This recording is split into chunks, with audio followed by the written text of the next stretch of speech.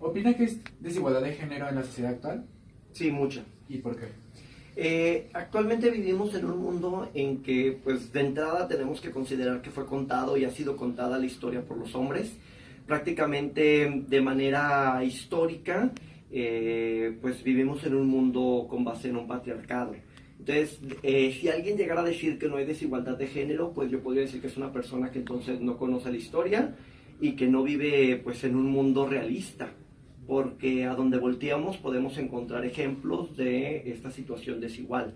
Tenemos problemas, tal vez aquí en México una de las cosas más importantes tiene que ver con la cuestión laboral, la falta de oportunidades, la brecha salarial, que en México sigue siendo muy considerable, pero digo, ya que tú dices, en el mundo, bueno, pues en el mundo hay que recordar que hay países en que todavía se está discutiendo si las mujeres, por ejemplo, tienen derecho a la educación, si las mujeres tienen derecho a cargos públicos. Entonces yo creo que hablar de, o sea, poder decir, ¿hay desigualdad? Pues claro que hay desigualdad. ¿En qué ámbitos? En muchos ámbitos. Podríamos estar mucho rato hablando de eso. Okay. ¿Lo considero un problema grave?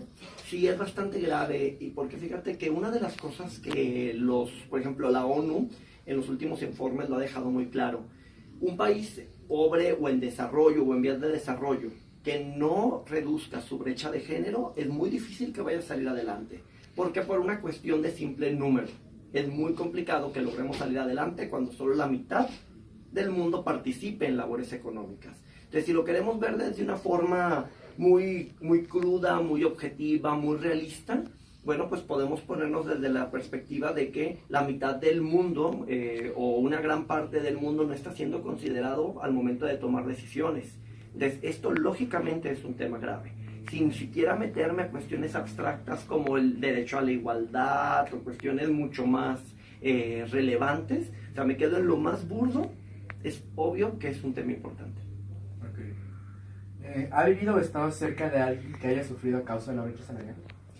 Pues yo creo que todos y todas hemos estado cerca de alguien, porque la brecha salarial no únicamente tiene que ver con la cuestión del pago. Hay que tomar en cuenta que en México todavía una mujer, por un puesto igual y con la misma capacitación, suele ganar entre más o menos unos 82 y 85 centavos por cada dólar que gana un hombre.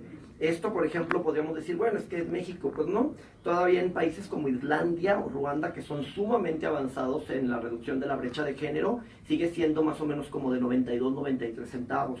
Entonces, decir, híjole, es que no pensemos que es como un caso aislado. Esto es la cuestión solamente de pago, pero queremos hablar también de brechas salariales. Bueno, pues podemos hablar de brechas en puestos de trabajo.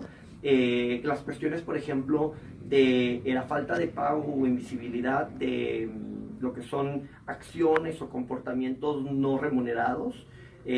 Solamente en Latinoamérica las mujeres dedican casi el 40% de horas extras o sus horas extras a su trabajo para labores no remuneradas, por ejemplo el cuidado de los hijos o del hogar o de personas enfermas, mientras que en consideración al hombre esto se reduce a menos del 18% de sus horas extras.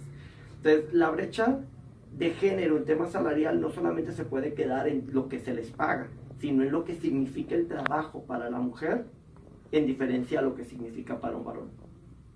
Okay. ¿Qué opina del impuesto rosa? Bueno, fíjate, en cuestiones de género ha habido muchísimas acciones, ¿no? El impuesto rosa para mí es una forma, pues tengo que usar la palabra, es humillante el pensar el que se vea a la mujer como una opción o una alternativa para poner ciertos costos a ciertos productos, cuando no tienen razón. Muchas de estas empresas que se ha demostrado el tema del impuesto rosa, de este extra que le ponen a ciertos productos, lo dicen que es por cuestiones de costo, por cuestiones de imagen, por cuestiones de algo que agregan, pero realmente al final no tienen nada que ver, porque inclusive hay ocasiones que encontramos los mismos productos y sin embargo el costo es distinto. Esto yo creo que responde en gran medida a una cuestión cultural, a una oportunidad de explotación del consumidor y algo que lógicamente es completo y totalmente promotor de la desigualdad. Es una oportunidad de mercado, es simplemente eso, o sea, ver una oportunidad de consumo y se lanzan, pero Pero pues esto es algo que realmente los estados deben de evitar a toda costa. Sí, Ahora, ¿conoce la diferencia entre el feminismo y el llamado feminacismo?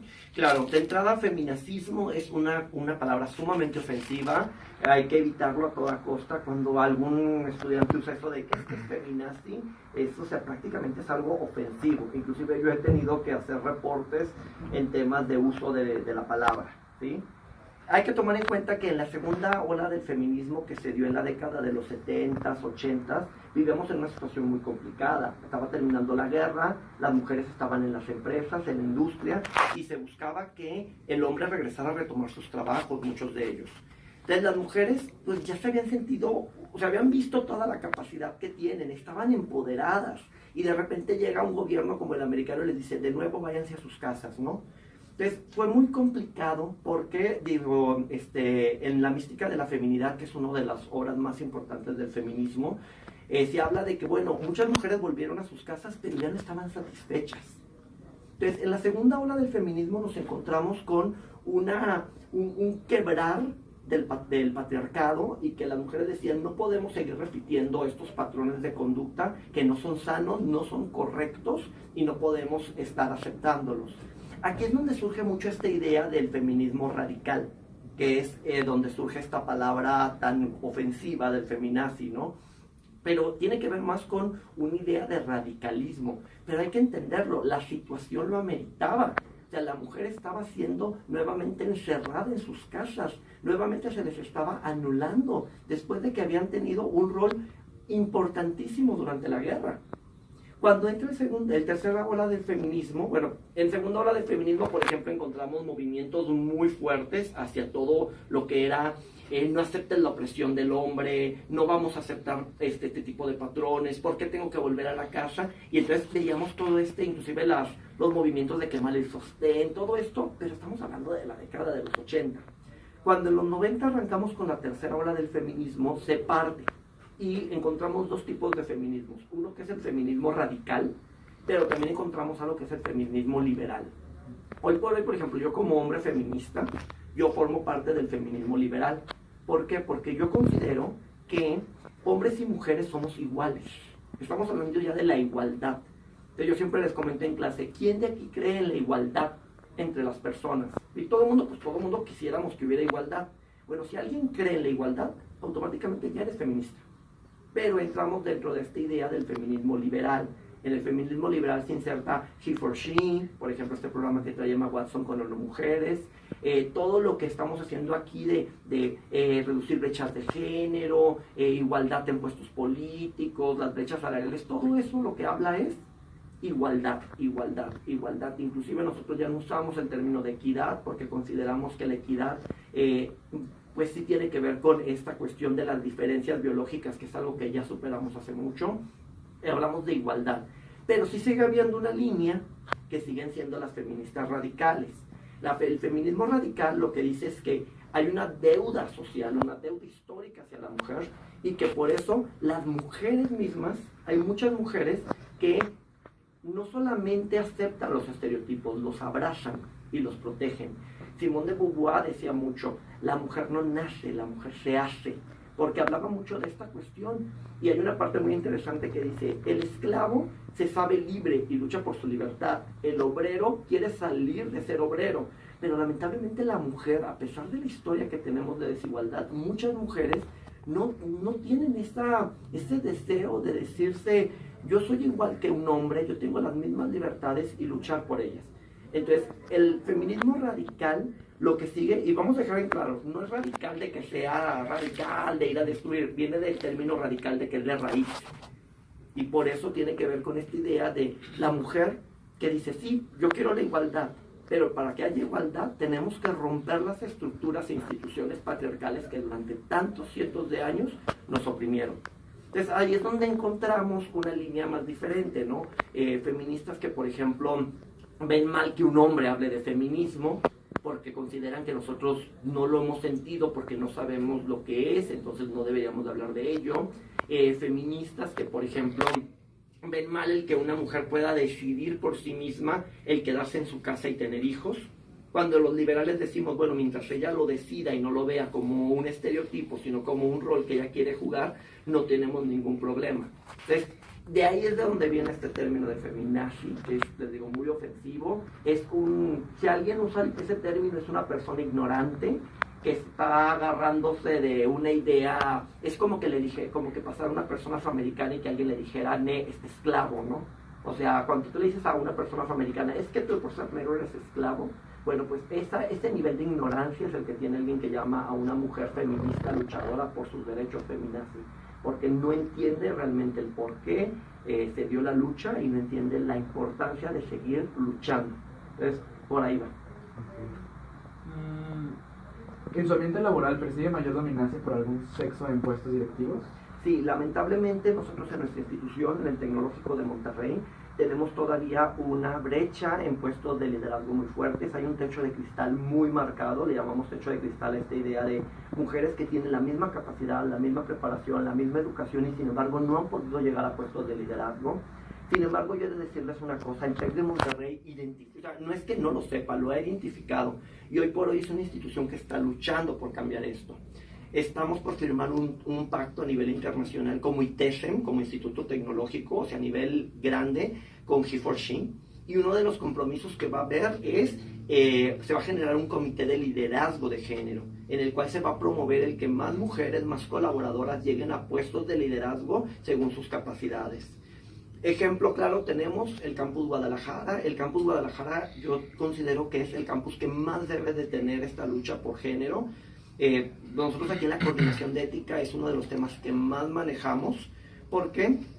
Porque es un campus de mujeres. O sea, vean, este campus tenemos muchísimas jefas de departamento, tenemos jefas de escuela, tenemos jefas de carrera. O sea, es uno de los campus en que hay una predominancia de líderes femeninos.